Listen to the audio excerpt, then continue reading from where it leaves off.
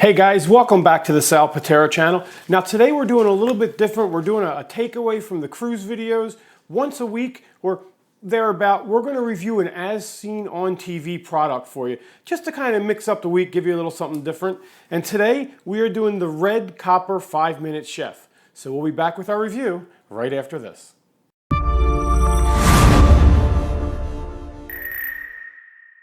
Hi guys, this is the Red Copper 5-Minute Chef.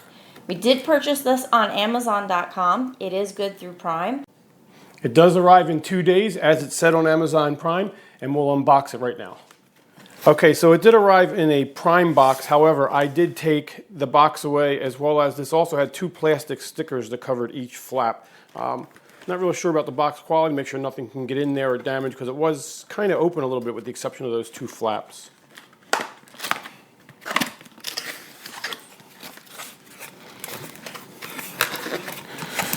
So this is how it comes when you first open the box. It does come with a nice little red spatula. Pretty decent quality for a non-stick spatula. Not bad.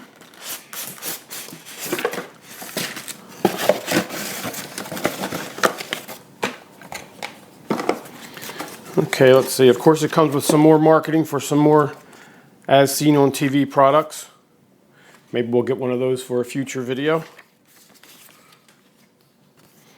As well as a warning, caution labels on what you should use and how you should not use it. It also comes with a recipe book.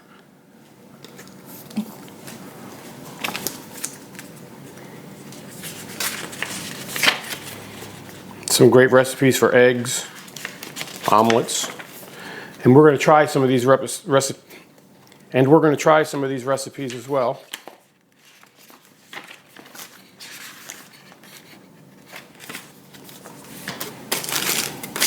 As well as the unit itself, which I'm not sure if I took it out upside down or if it was already upside down.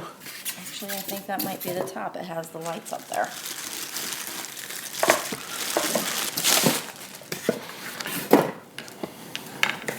Now this is the red coppers you may have seen on It looks like it may have been used. It does have some scratches on the top of it.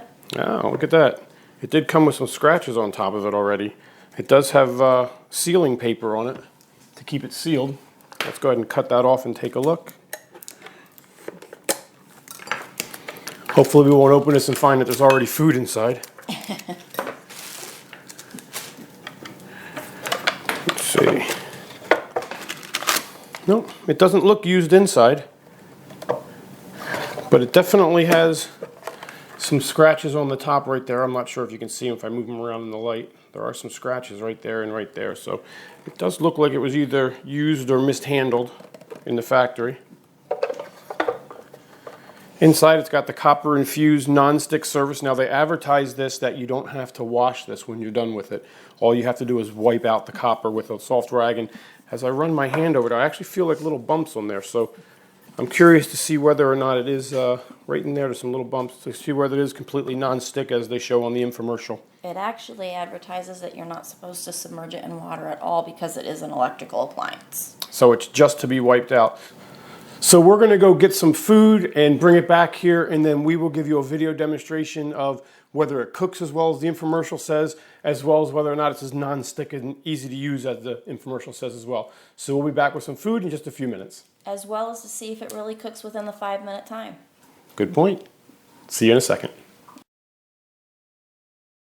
Okay, so we're back with some food. Now we're going to make 3 different meals with this 5-minute cooker. And just a couple observations before I start making eggs and hash browns. And just some things after reading the book and reading how to do this.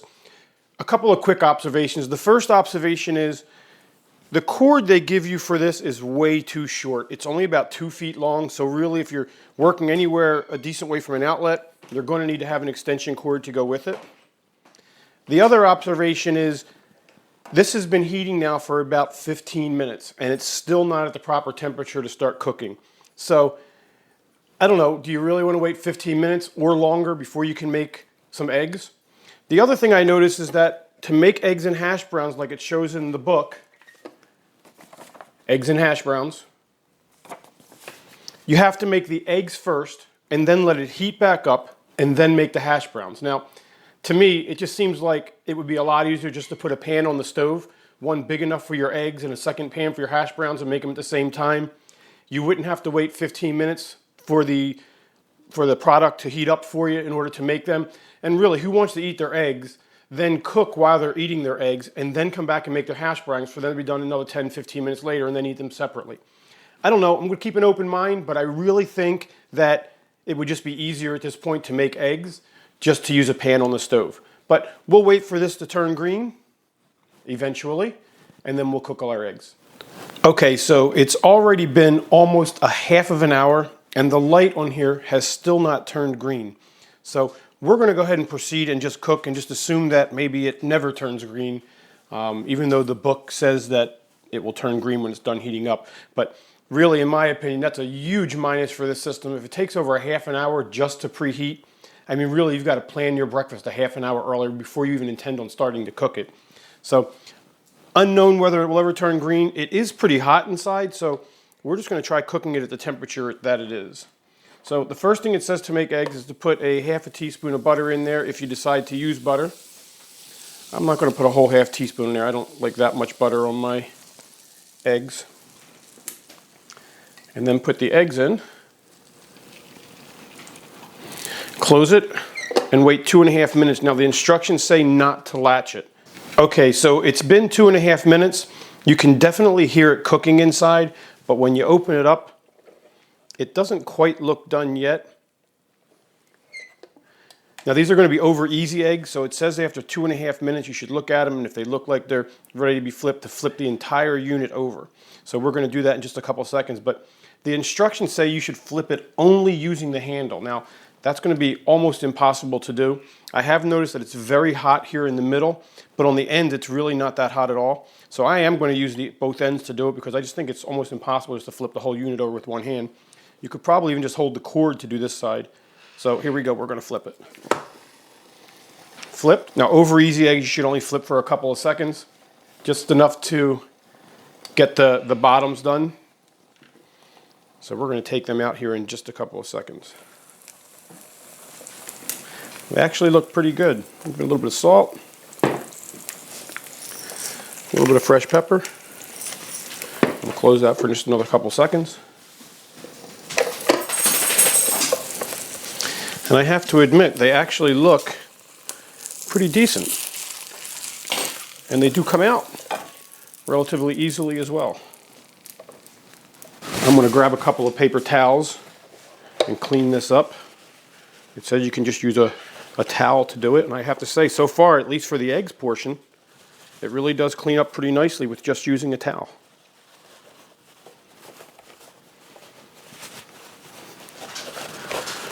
Just wiped it up with a paper towel, and it pretty much looks as if it wasn't used at all. If you can see that. Just a paper towel. Actually, you know what? I almost forgot. We need to make the hash browns yet. So we're going to put that butter back in there. You see that okay? So while we're eating these eggs, put the butter back in there. Throw some hash browns in.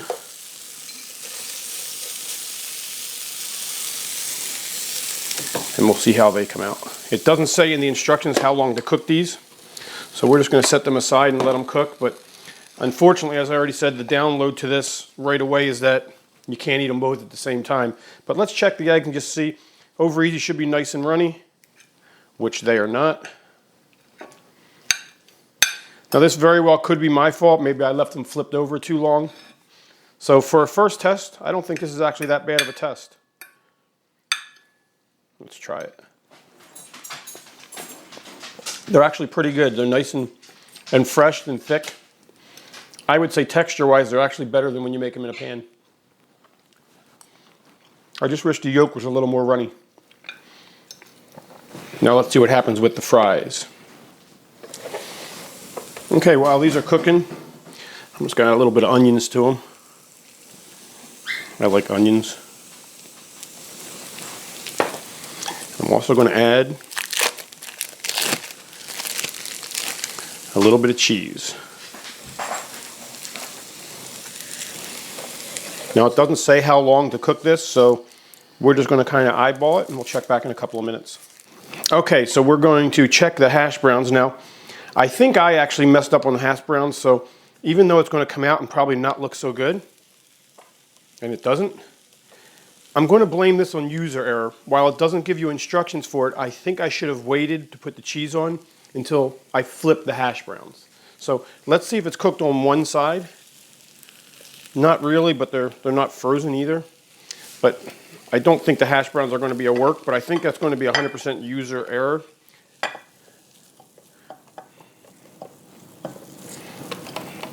And I think that's going to be my fault. So we're not even going to eat these. They're hot, but they're not, I don't know, they're just not browned or look like they have much taste. So I'm not going to eat those. We'll call that user error.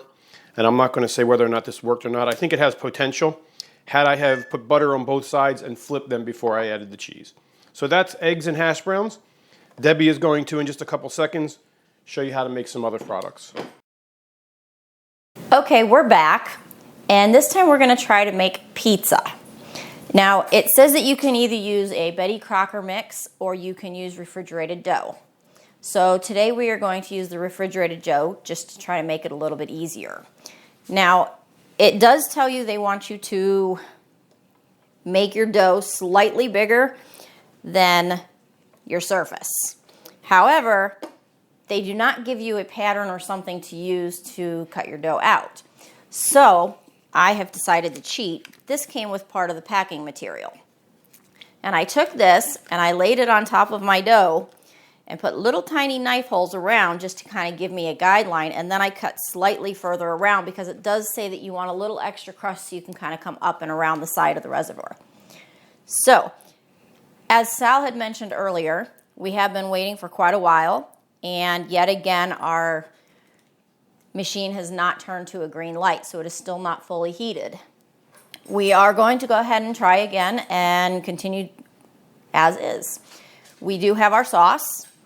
We have pepperonis, and it says just if you use onions that you should saute them in advance, and cheese. It does say that you can also use any other toppings as well. Okay, we're going to go ahead and put our crust in.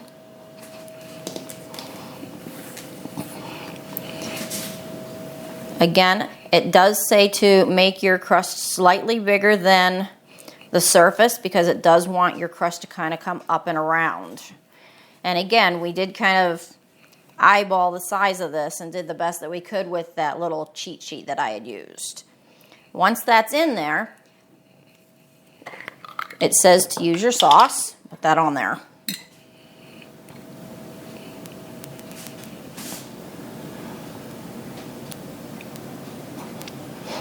And again, this is something you can use more or less of depending on your preferences.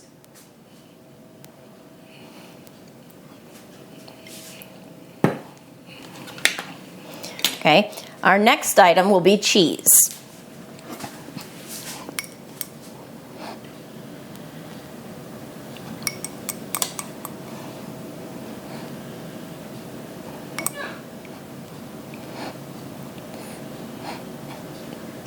I'm not going to put a lot of cheese on. We'll see how it goes, and if you decide you want more cheese, you can always try to do that again later as well. It does also suggest that once you put your sauce and your cheese and your toppings, that you put more cheese over top of your toppings. I'm not sure we're going to do that because we're not usually ones to like our toppings hidden. However, I did forget the pepperoni, so we're going to backtrack just for 1 second. We're going to put some pepperonis on here. And it only holds about 4 pepperonis. It doesn't hold a lot, but that's all you need. Now we're going to go ahead and back to the onions.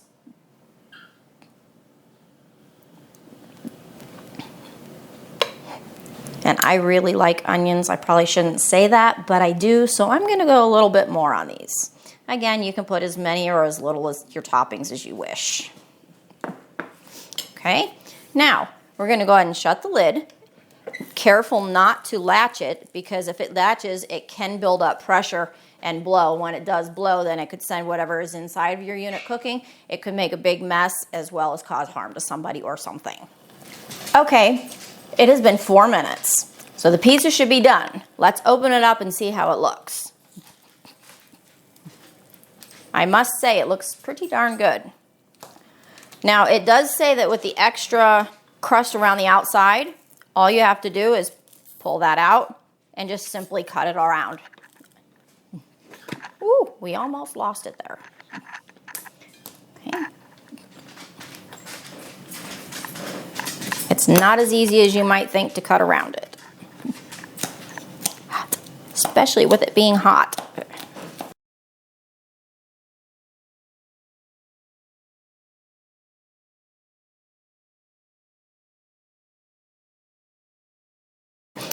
Okay, I went ahead and cut the outside crust off, and this is our final result. So we will go ahead and cut it and try it and see how we did.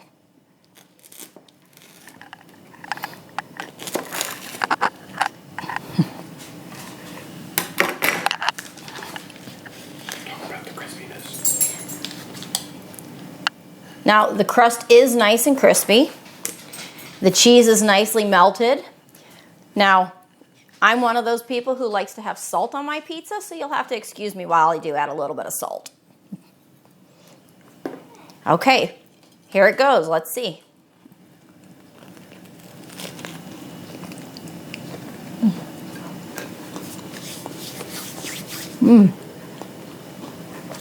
Very good. It is very thicker crust. It's not real thin crust. It does have a nice crunchy texture to it. The dough on the inside is a little bit thicker. So it just depends on if you like thicker pizza or thinner pizza. You could always take your crust before you cook it and roll it a little bit thinner if you wanted to adjust that. Overall, I think it did pretty good. And as you can see, the device is still clean. I think it's safe to say that the pizza is a good success. Okay guys, we are back with our review of the Red Copper 5-Minute Chef. Now, we've waited for about a half of an hour, but the red light still has not gone off, and so far with our experiments, the red light has never gone off and turned green to tell you that it's ready. It's been sitting for over half an hour, so I can't imagine that it's not ready yet. So we are going to make something that, if you follow my channel, I do a lot of cruise videos. And we're going to make something next that is a dessert that you see on a lot of cruise ships, and it's normally like one of the most favorite desserts that you can get. Well, in the book, they have a version of it, of chocolate lava cake. Now, this cake is a little bit different than on the cruise ships, obviously, but let's see how well it works. But before we begin, please just take one moment and subscribe to our channel down below. It really supports us, it doesn't cost you anything, and it's how YouTube lets you know when we upload a new video. Now, we're going to start making chocolate lava cake. Okay, now the recipe calls that you use your favorite cake mix. We used Betty Crocker Super Moist Cake. Now, the only difference in the recipe from the box and what they tell you in the cooker is that instead of using the liquids that are involved in the recipe on the box, they want you to substitute out with your favorite cola. We used Diet Coke. It does say you can use regular Coke or Diet Coke. Now, it also says that you can use any type of cake as well. It doesn't have to be chocolate, and you can also use any type of cola as well. So you could use Sprite or something else. Since the recipe shows it being chocolate, we thought Diet Coke and chocolate cake would be best. Now, the recipe for this is quite simple to make. The first thing it tells you to do is cover the bottom with cake batter. So we're going to, just enough to cover the bottom. And it seems like it's pretty thick, so it might kind of hard to do. All right. And then it says to use half of a Milky Way bar or other bar that's creamy in the center and put that right in the middle, which we're going to do there. And then cover it up with the rest of the cake mix. Don't go over the reservoir. It does say not to go over the reservoir, but you know, I find that that's almost impossible doing this because the cake mix is thick because of the cola, and we did the very best that we can. And then it says to close it and let it go for 5 minutes. Okay, time is up, and I gotta say, I don't know what it's gonna be like when we open it, but you can definitely see the smoke coming out of it, and really it smells delicious. So let's open it up and see how it looks. It does look pretty good. Let's see how easy it is to get out. And look at that. It came right out. Virtually no mess at all inside. Be careful I don't burn myself, but virtually no mess. I can definitely see cleaning this out with just a handy wipe or a paper towel. Let's see what this looks like inside. I don't see any ooze. I don't see the bar at all. Maybe I missed it. Let's try cutting it the other direction. Oh, there we see some. Hopefully I hit the bar. We see a little bit in there. You see a little bit of the bar of chocolate in there. There you go. There we go. So let's see how she tastes. Okay, you want to do the honors and cut that up, and let's see how it is.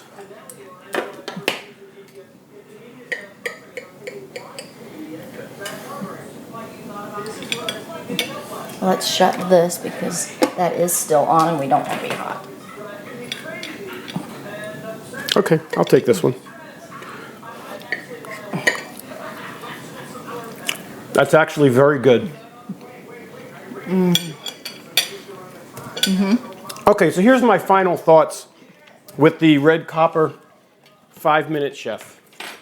It definitely has its quirks, like the red light never turning off and never showing green, so you really never know when it's heated enough to cook it. That might just be with our device. It might be something that works fine in yours if you purchase it, but it was definitely a drawback for the one that we have.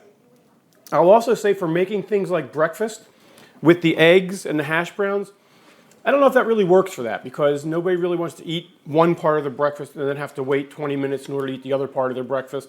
So while the eggs were really good, and if that's all you're making is like eggs and toast in a toaster, that would probably work really well because the eggs were pretty good.